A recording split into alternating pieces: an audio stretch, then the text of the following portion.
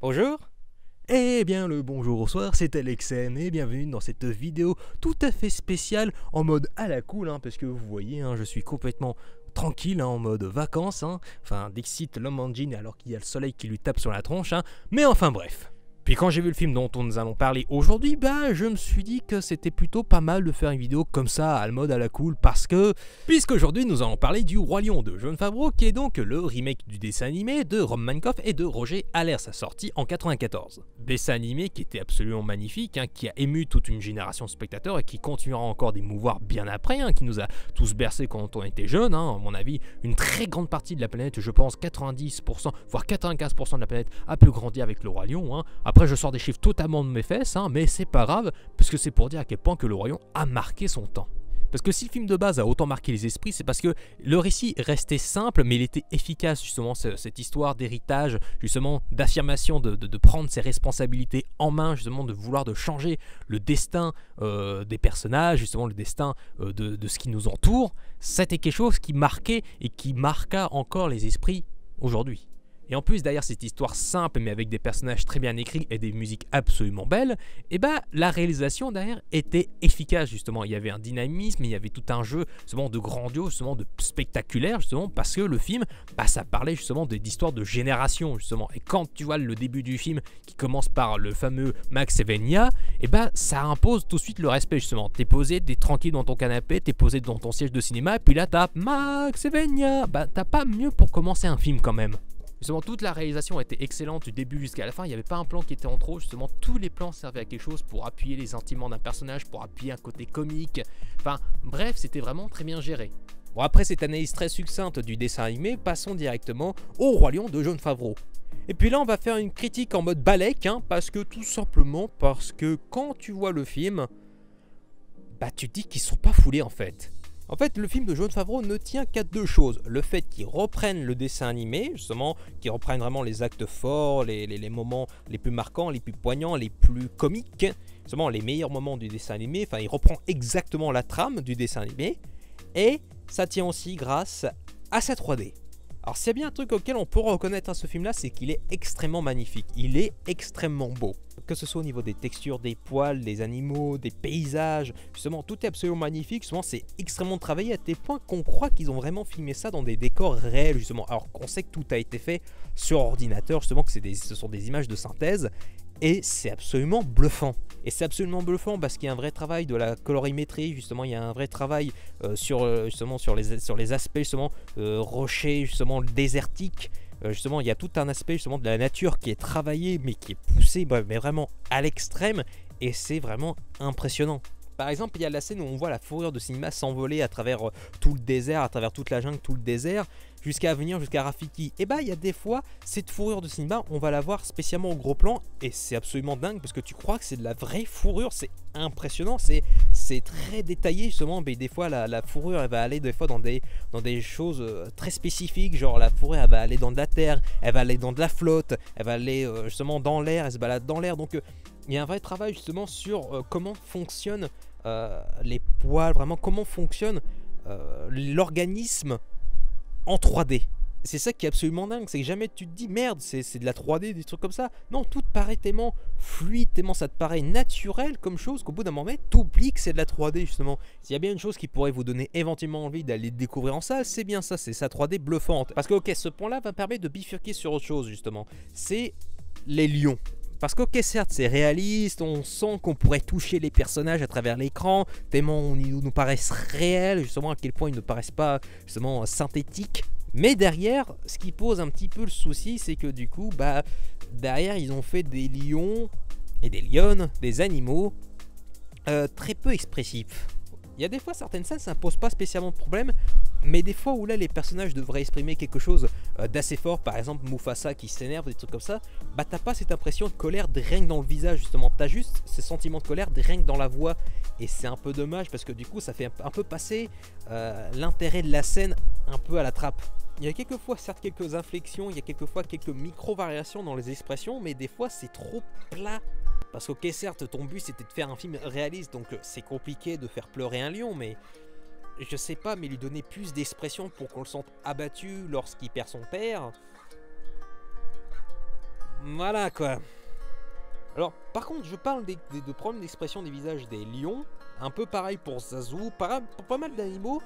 Mais alors, le duo qui est très, très expressif, c'est Timon et Pumba. Parce que quand tu voyais les affiches de Timon, tu disais que c'était juste un suricate tout à fait classique. Hein.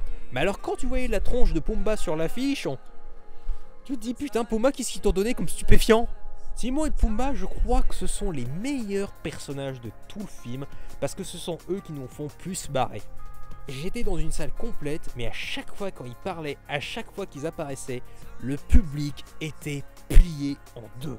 Bon, parce qu'il faut dire qu'ils avaient une très bonne base, hein, parce que dans le dessin animé, c'est pareil, ils étaient là pour dédramatiser la situation, justement pour pouvoir faire en sorte qu'on n'ait pas envie de, comment dire, de se tailler les veines après la mort de Mufasa.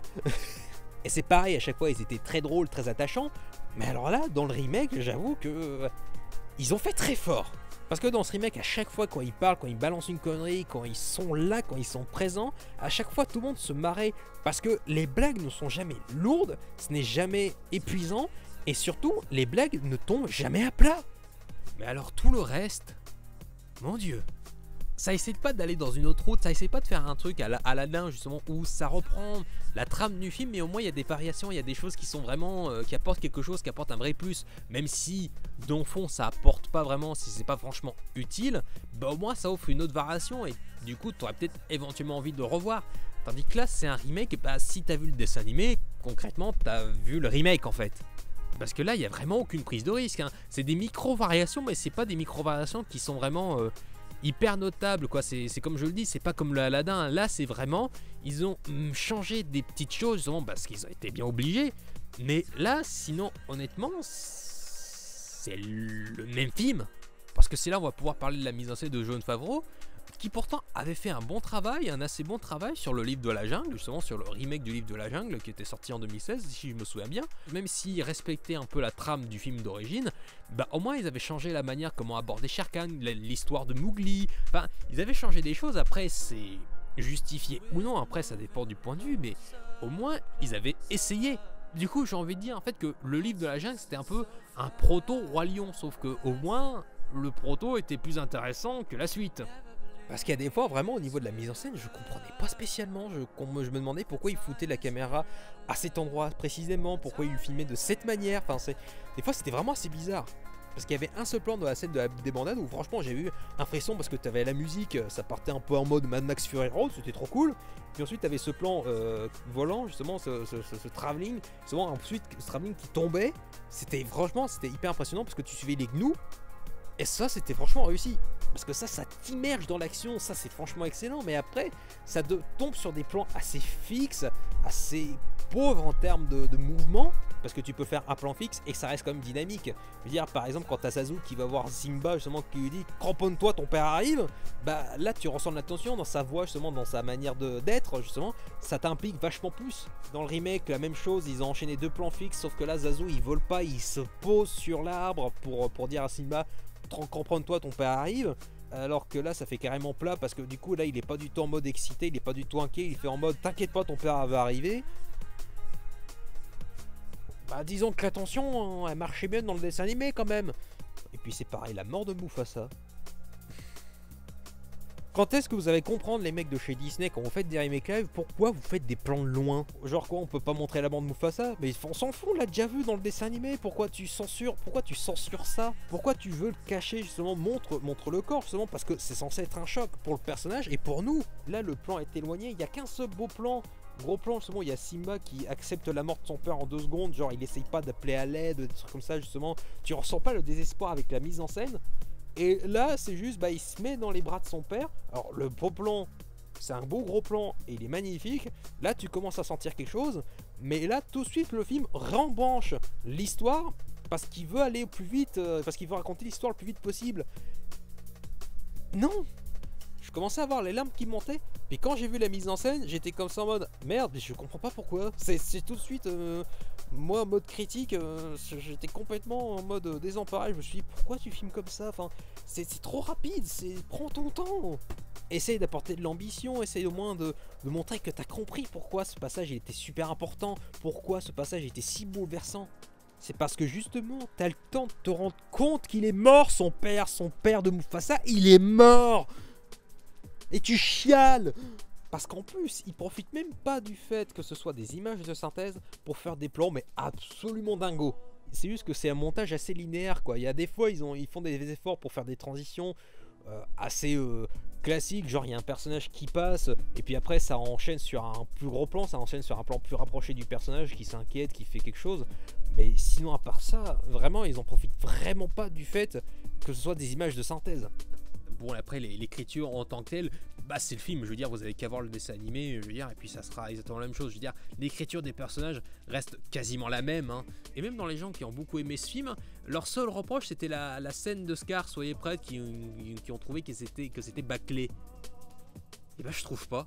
Alors ok, ça perd du côté grandiloquent, justement, le côté exubérant de la mise en scène de l'original, c'est vrai que ça perd un peu de son charme, mais d'un côté, dans le remake, ça donne ce côté plus conspiration, puisqu'en plus ça y va crescendo. Au début c'est Scar qui est tout seul, puis ensuite t'as l'armée des hyènes qui l'accompagne, justement, soyez prêtes, ensuite ça remonte, et pour ensuite finir sur quasiment le même plan que dans le dessin animé, mais qui là marche plutôt bien. Ça marche plutôt bien parce que là ça montre comme quoi il veut asseoir sa domination, justement, ça montre qu'ils sont prêts, justement. Et là j'ai trouvé ça bien. Là j'avais eu des frissons. Là je me suis dit ah, là je ressens quelque chose. Bref, il n'y a pas grand chose à ajouter, juste que c'est pas honteux, c'est pas aussi ridicule que La Belle et la Bête qui enchaînait décisions stupides sur décisions stupides.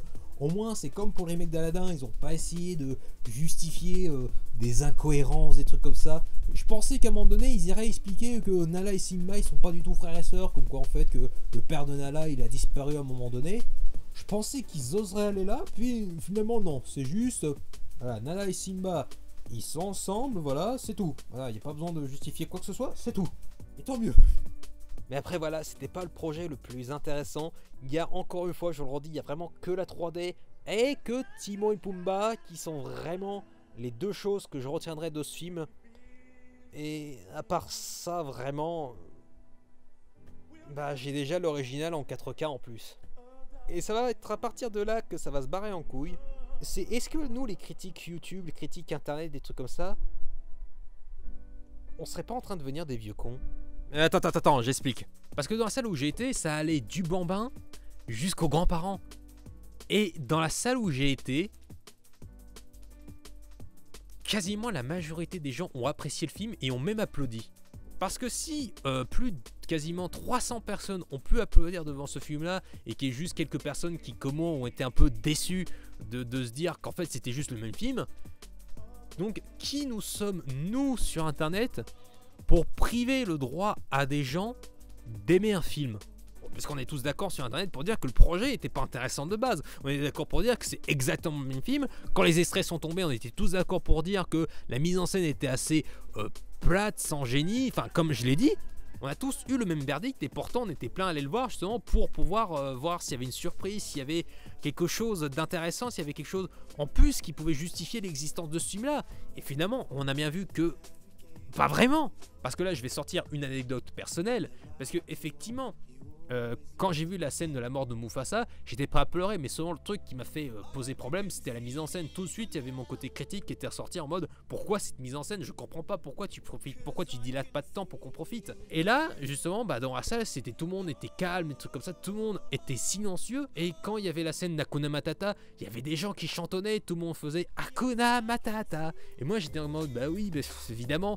Mais d'un côté, je me suis dit c'est la nostalgie qui parle, je veux dire, parce qu'on a tous vu le dessin animé, comme j'ai dit, comme j'ai sorti le chiffre, on était 90% de la planète à avoir grandi avec ce film, à avoir aimé ce film.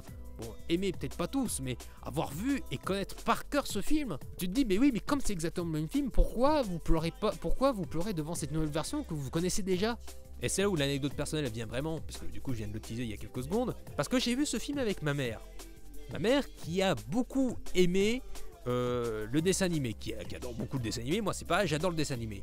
Sauf que moi, quand j'ai regardé le film, quand on a regardé la fin, bah je me suis retourné pour pouvoir parler à ma mère comme ça. Ma mère est à côté de moi et je la voyais pleurer.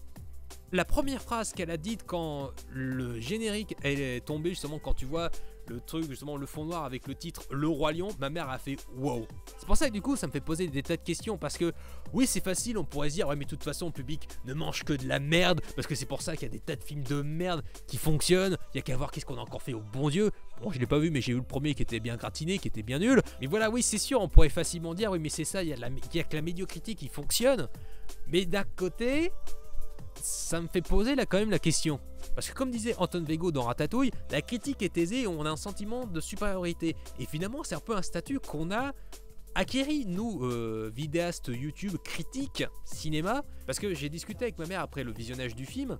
Et après on est venu arriver à ça et j'ai dit bah ouais mais c'est exactement le même film. Et je parlais du problème de la mise en scène. Et c'est en fait que j'ai commencé à expliquer des trucs. Et ma mère elle a fait, mais elle m'a dit mais je trouve que tu lâches pas prise. Justement, t'es trop focalisé, justement, tu te laisses pas porter par le flot d'émotions.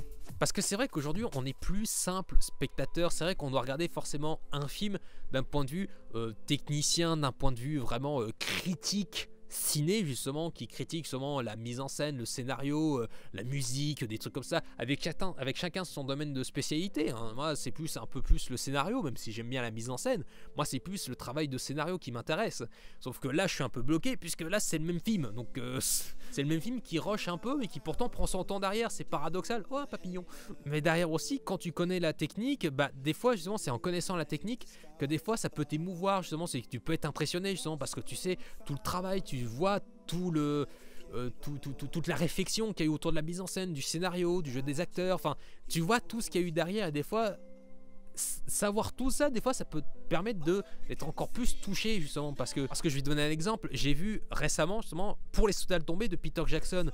Alors ça doit être un documentaire, mais il y a des tas de techniques que le spectateur lambda va quand même être touché, des trucs comme ça, mais moi qui en tant que critique ciné YouTube, justement qui connaît donc le langage cinématographique, le langage du son, des images, j'étais beaucoup plus touché justement parce que j'ai vu tout le travail colossal qu'il y avait eu derrière, justement. Parce que d'un point de vue technique, tout le film, t'as le son de la guerre, justement. Au bout d'un moment donné, ça commence par des images d'archives vraiment à la taille, justement, pixelisée, pour ensuite s'agrandir d'un seul coup lorsque t'as la guerre, et qu'ensuite t'as les bruits de la guerre, justement, t'as ce flot permanent de la guerre, des bruits d'explosion, des bruits de mitraillettes, justement des bruits de pistolets qui passent tout le temps, justement t'as ce flot continu. Du coup quand t'as la guerre qui se termine, justement dans le film, t'as ce sentiment d'être épuisé, et c'est putain de fort. Je peux t'assurer qu'après j'avais envie de mater des vidéos de chatons, hein. Mais ça m'interroge quand même, parce que du coup j'ai l'impression qu'on ne fait que répéter un schéma qu'on a connu, en fait. Le schéma justement de la critique YouTube, justement la critique ciné, justement la critique publique, justement la dichotomie entre la presse et les spectateurs. Parce qu'il y a des fois, c'est toujours les spectateurs, spectatrices qui ont toujours donné les lettres de noblesse à certains films, qui ont réhabilité les films dans le temps, justement. Et la chose la plus ironique, Le Roi Lion de 94. Le Roi Lion qui a été un succès immédiat, qui a été un succès public, et qui a donc fait perdurer le film dans les mémoires. Et aujourd'hui, on en a fait un remake. Et du coup, est-ce que ce remake va perdurer dans le temps, parce qu'il y a des générations de bambins qui vont grandir avec ce film, qui vont grandir avec les remakes Disney? Ce remake risque bien de perdurer. Est-ce que les gamins qui vont grandir avec ce remake, justement, est-ce qu'ils vont se dire mais non, mais je vais pas voir le dessin animé d'origine puisque c'est des dessins, voilà, c'est pas intéressant, tandis que là c'est des images de synthèse, j'y crois vachement plus, là c'est vachement plus intéressant. Et c'est pareil, peut-être qu'ils vont se mater Le Roi Lion en 2019 en boucle et en boucle, comme nous on l'a fait avec le dessin animé. Et est-ce qu'après, est-ce que c'est un drame? Je sais pas. Parce qu'après il y a des remakes qui ont supplanté l'original, hein. Par exemple La Mouche de Cronenberg. Bah, je veux dire, qui se souvient aujourd'hui que c'était un remake de La Mouche Noire? Aujourd'hui, les spectateurs, tout ce qu'ils se souviennent, c'est le film de Cronenberg, parce qu'il est excellent. Mais après, ça pose la question pour Le Roi Lion. Parce que tu vois, je trouve que c'est ça la chose la plus intéressante en soi autour de ce film-là. C'est plus les réactions que ça suscite que le film en lui-même. Mais c'est vrai que, comme j'ai dit, on pourrait facilement être dédaigneux pour pouvoir critiquer le goût des spectateurs, des trucs comme ça. C'est vrai. C'est vrai que ça serait hyper facile et ça serait tentant. Mais je pense pas qu'il faut le faire. Enfin, c'est pas un film où t'as spécialement envie de te frapper la tronche parce que tu dis qu'ils ont fait des trucs débiles ou tel truc débile. Ça reste potable quand même. C'est juste que c'est le même film mais en moins bien. Donc je sais pas. à voir. Bref, c'était la critique en mode balèque, hein. J'espère que vous avez apprécié, hein, parce que moi j'ai décidé de me la jouer à la cool, hein, étant donné que, qu'ils se sont pas foulés, hein, pour le film, hein. Enfin, c'est-à-dire à la base, c'était pas du tout prévu, donc je me suis dit que ce serait sympa quand même de vous proposer quand même une petite vidéo comme ça à la volée en juillet, parce que ça pourrait être cool, hein. Bref, je sais pas quand est-ce que je referai une autre vidéo, ça va dépendre de mon emploi du temps, ça va dépendre de plusieurs paramètres, hein, mais bon, on verra bien. J'espère juste que je vais pouvoir vous retrouver assez vite, hein, mais en tout cas pas en août, ça c'est clair et net, j'aurai pas le temps, puis j'ai envie de faire autre chose aussi, et puis surtout voilà. Merde, c'est la caméra qui s'arrête. Bon bah, on va faire vraiment en mode balèque. Voilà, on va faire vraiment en mode balèque. Voilà, je crois que la caméra n'a plus de batterie. Bon bah tant pis, c'est pas grave, hein. Bon, fond noir, hein. Bon bah tant pis, c'est pas grave, hein. Je sais pas ce que je vais mettre. Mais voilà, il y a le micro qui enregistre toujours. Donc voilà, je vous dis à plus et à la prochaine. C'était vraiment pour dire comme quoi il fallait que j'arrête. Putain, c'est la première fois que ça m'arrive. Ah ouais, quand même, ça fait longtemps que j'enregistre, n'importe quoi. Bon bah, bref, je vous dis à plus et à la prochaine. Voilà, sur fond noir, voilà, je sais pas quand est-ce qu'on se reverra, mais voilà. À la prochaine, à plus. Voilà, ciao!